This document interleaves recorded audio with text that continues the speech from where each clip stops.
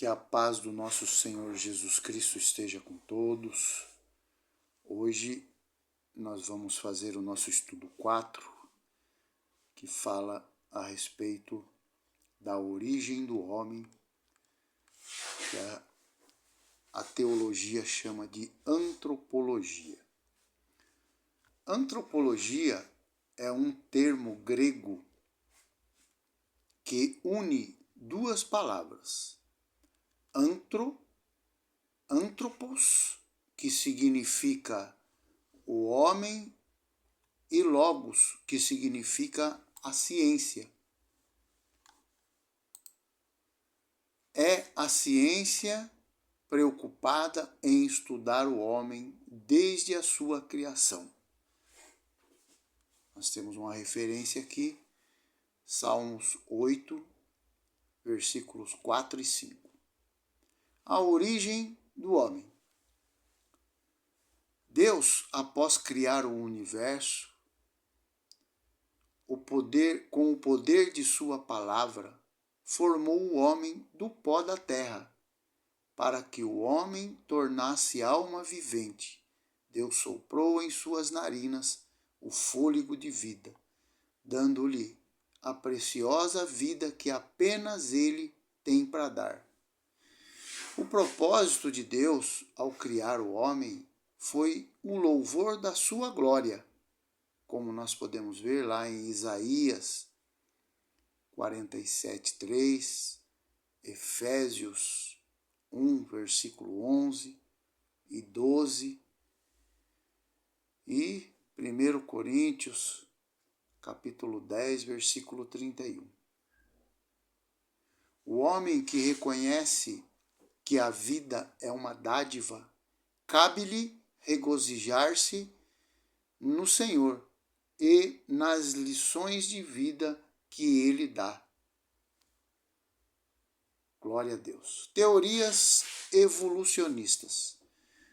Seguem abaixo as teorias científicas sobre a formação do universo e o surgimento do ser humano. A teoria do Big Bang. Esta teoria afirma que o universo originou-se há bilhões de anos através de uma grande explosão inicial. A matéria inicial teria se concentrado em um determinado ponto de tal forma que explodiu. Esta explosão teria gerado energias e gases que foram se agrupando e organizando naturalmente ao longo de bilhões, de milhões e milhões de anos, gerando os planetas, estrelas, sistema solar e galáxias. A teoria da evolução. Esta teoria tenta comprovar a evolução das espécies através de teorias formadas pelos cientistas Lamarck e Charles Darwin, que através do seu livro A Origem das Espécies provocou uma das maiores revoluções científicas ao propor a teoria da evolução das espécies através da seleção natural. Tais teorias são facilmente refutadas com os textos que estão em Romanos, Gênesis. Então são vários textos aí que nós temos para não aceitar, essa teoria da evolução. O homem, a imagem de Deus. De forma geral, o conceito de imagem e semelhança, referindo-se ao homem, indica alguém que representa Deus. O homem foi criado para representar Deus diante da criação. Após a queda, esta imagem de Deus foi distorcida, mas não perdida. Ela é recuperada progressivamente mediante a redenção em Cristo. Glória a Deus. E será totalmente restaurada no retorno de Cristo. Como cristãos, devemos nos regozijar por estarmos dia a dia sendo renovados à imagem de Deus. Veja abaixo os aspectos específicos da semelhança de Deus no homem. Vamos dar uma paradinha aqui. Quando fala aqui que nós só recuperaremos, né, a nossa imagem e semelhança a Deus no momento do retorno de Cristo, nós temos que levar em consideração que a vinda de Jesus, né, no arrebatamento, ela será como um relâmpago. Então ninguém sabe o momento, né? E a palavra fala que sem santidade ninguém verá a Deus. Então essa obra de redenção, essa obra de conversão, ela tem que estar completa até esse momento do retorno de Cristo. Vamos dizer que Cristo voltasse aí em um determinado tempo, daqui 2 anos, 1 ano, a gente não sabe, né? Então, esta obra de redenção aqui, ela tem que estar completa na nossa vida, porque a palavra fala que esta obra de conversão, né? A palavra fala que sem santidade nós não veremos a Deus. E eu creio no poder do Espírito Santo de Deus, que ele tem poder para fazer essa obra em nossas vidas. Claro que o conceito de santidade não é da maneira que o homem acha, né? Deus nos vê de uma forma, o homem nos vê de outra forma, né? Mas esse processo de conversão que nos torna santos, né? Nos torna santo. O processo de conversão ele vai nos tornando cada vez mais santo. Eu creio que o Espírito Santo de Deus ele tem poder para, quando chegar o momento da volta de Cristo, nós estarmos totalmente restaurados, né? Com essa imagem e semelhança de Deus, que é isso que o processo de conversão faz em nós, né? Que a palavra de Deus faz em nós, que é nos levar de volta a esta imagem e semelhança de Deus. Então eu creio que o Espírito Santo de Deus ele tem poder para concluir essa obra de conversão, essa obra de redenção, até o dia da volta de Cristo. Vamos continuar? Aspectos morais. O ser humano não é obrigado a obedecer aos seus instintos, como fazem os animais. Porém, possui livre-arbítrio e consciência do mal e do bem. Vamos parar um pouquinho aqui no livre-arbítrio também. E vamos analisar isso daqui. Deus fala para nós assim: eu coloco diante de vocês a vida e a morte. Seria, na minha concepção, insanidade eu escolher a morte. Então, eu não tenho escolha. Eu tenho que escolher a vida. Se eu escolher a morte, eu estou fazendo uma escolha insana. Né? A palavra de Deus fala também que ele coloca diante de nós a obediência e a desobediência. A obediência, ela traz bênçãos para a nossa vida. A desobediência, ela traz maldição para a nossa vida. Então, seria insano eu escolher a desobediência. Porque se eu escolho a desobediência, eu também estou fazendo a escolha de maldição sobre a minha vida. Se eu estou escolhendo não obedecer aos mandamentos de Jesus, isso quer dizer que eu vou ter que viver sem ele. E ele mesmo fala que se nós o aceitarmos como nosso Senhor e obedecer os seus mandamentos, ele nos dará a vida eterna. Nós já temos a vida eterna se nós aceitarmos isso daí. Mas se nós recusarmos ele fala assim, que nós já estamos condenados. Então, essa palavra livre-arbítrio, eu escolher não obedecer a Deus, eu escolher a morte ao invés da vida, seria uma insanidade da minha parte. Então, eu vejo que, na verdade, o ser humano, ele não tem um livre-arbítrio. O que ele tem é uma escolha muito ruim. Uma escolha que não dá para a pessoa, em sã consciência, fazer essa escolha. Seria uma insanidade, seria uma falta de entendimento muito grande. E claro que nós vemos muitas pessoas fazendo essa escolha, né? Então, fica aqui essa reflexão a respeito do livre-arbítrio. Graças a Deus nós escolhemos a vida e nós escolhemos também a obediência. E Deus não criou filhos para desobediência. Deus não fez isso. Deus criou filhos para ser obediente.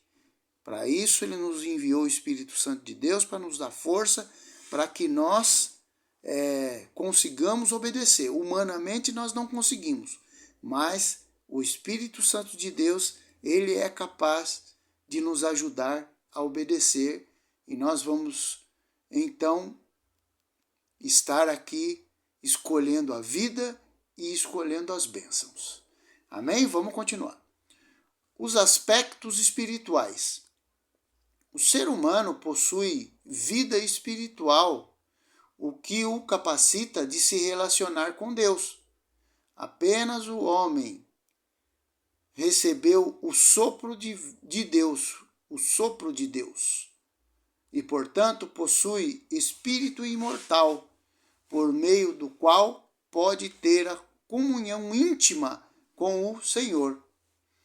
A existência da árvore da vida no jardim do Éden indica que o homem nunca teria morrido se não tivesse desobedecido a Deus.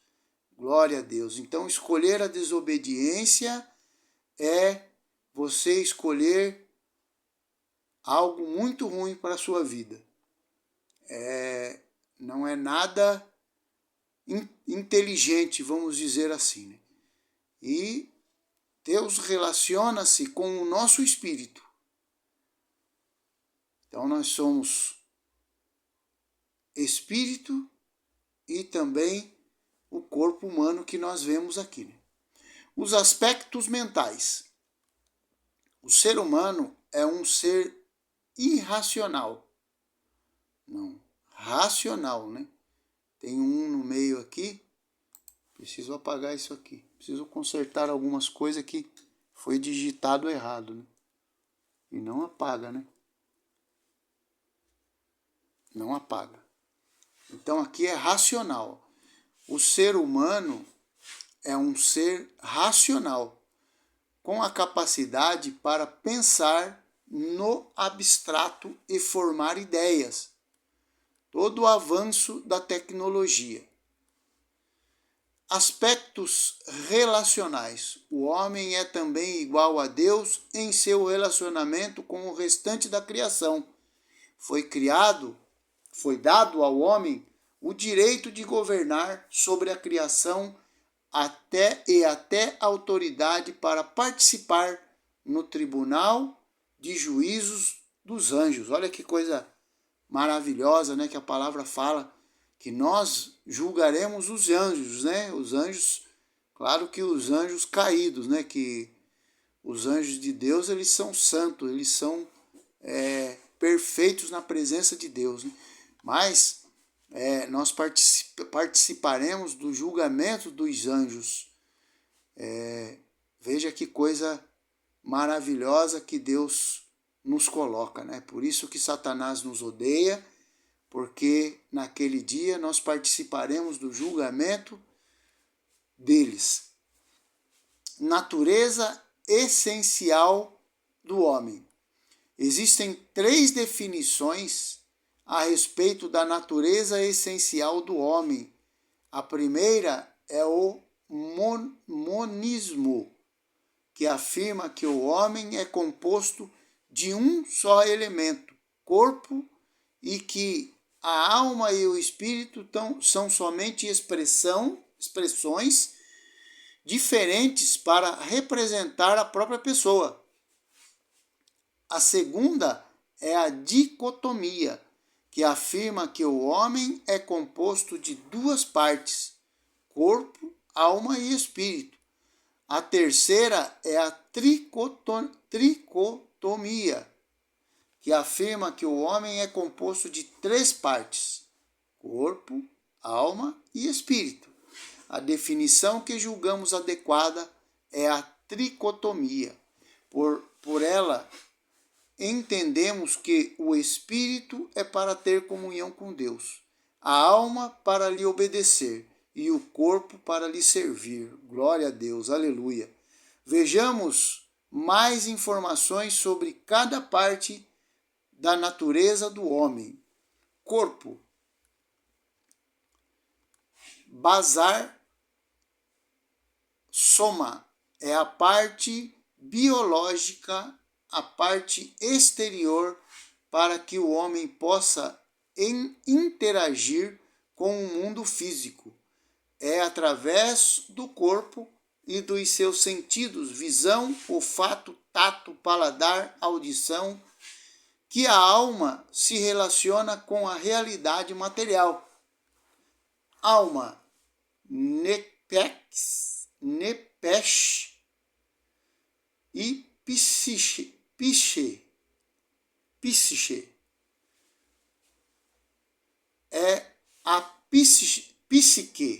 É a psique.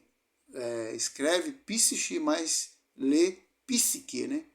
A parte psicológica profunda que o corpo utiliza para interagir com o mundo. É a alma que reage aos estímulos captados pelos sentidos. É nela que se originam os pensamentos, sentimentos, emoções e caráter. O espírito, Rausch e pneuma, é uma parte mais profunda e espiritual para se contatarem as coisas de Deus. É o que faz o homem diferente de todos os demais seres criados. O espírito do homem, quando se torna morada do Espírito de Deus, é o centro da adoração, de oração, cânticos, bênçãos e de serviços, para um perfeito relacionamento com o Criador. Todas as partes que compõem o homem devem estar plenamente santificados. Glória a Deus, aleluia. Então, nós fomos formados, né, por Deus, fomos criados como corpo, alma e espírito. E o espírito é que se relaciona com Deus. Por isso que a palavra nos fala, né, que nós nascemos do Espírito, nós nascemos de Deus, nós somos espirituais. É necessário que nós vivamos em espírito para adorar o nosso Deus, que é espírito. E que o Senhor nos dê sabedoria e que o Espírito Santo de Deus nos santifique a cada dia, para que nós possamos estar sempre diante de Deus, santos e justificados, né, pelo sangue do Senhor Jesus, para que a nossa vida glorifique o nome de Deus todos os dias. E que Deus abençoe a todos.